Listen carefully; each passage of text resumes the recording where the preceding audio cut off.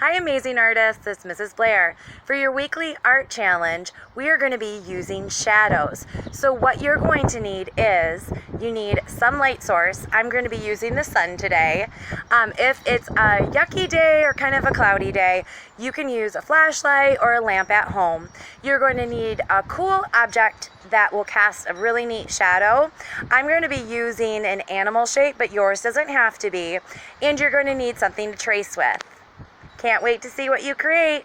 Okay, so another option, instead of doing this outside, is using a flashlight or a lamp. As you can see, I have my flashlight set up on a stack of books. That was a suggestion from Mr. Blair, so that I'm not trying to trace and hold a flashlight at the same time.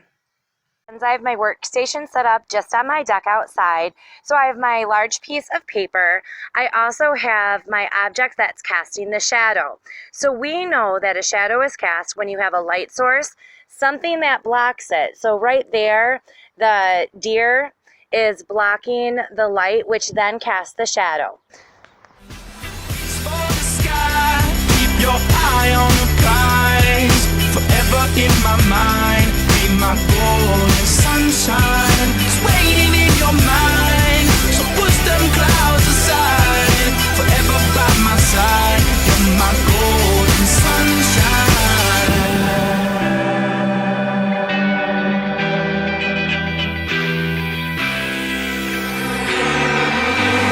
When I sunset, I let myself down the ground beneath my feet gone. No more words with it to speak.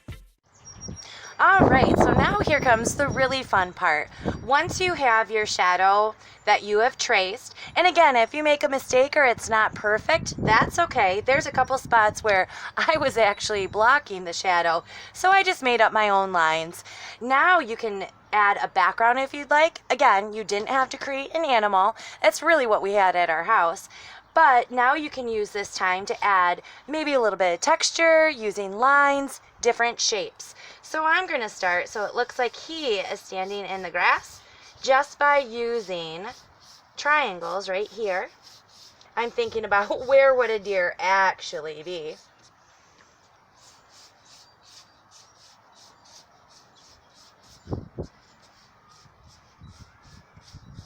Making sure he's over there. I can even add something in the background.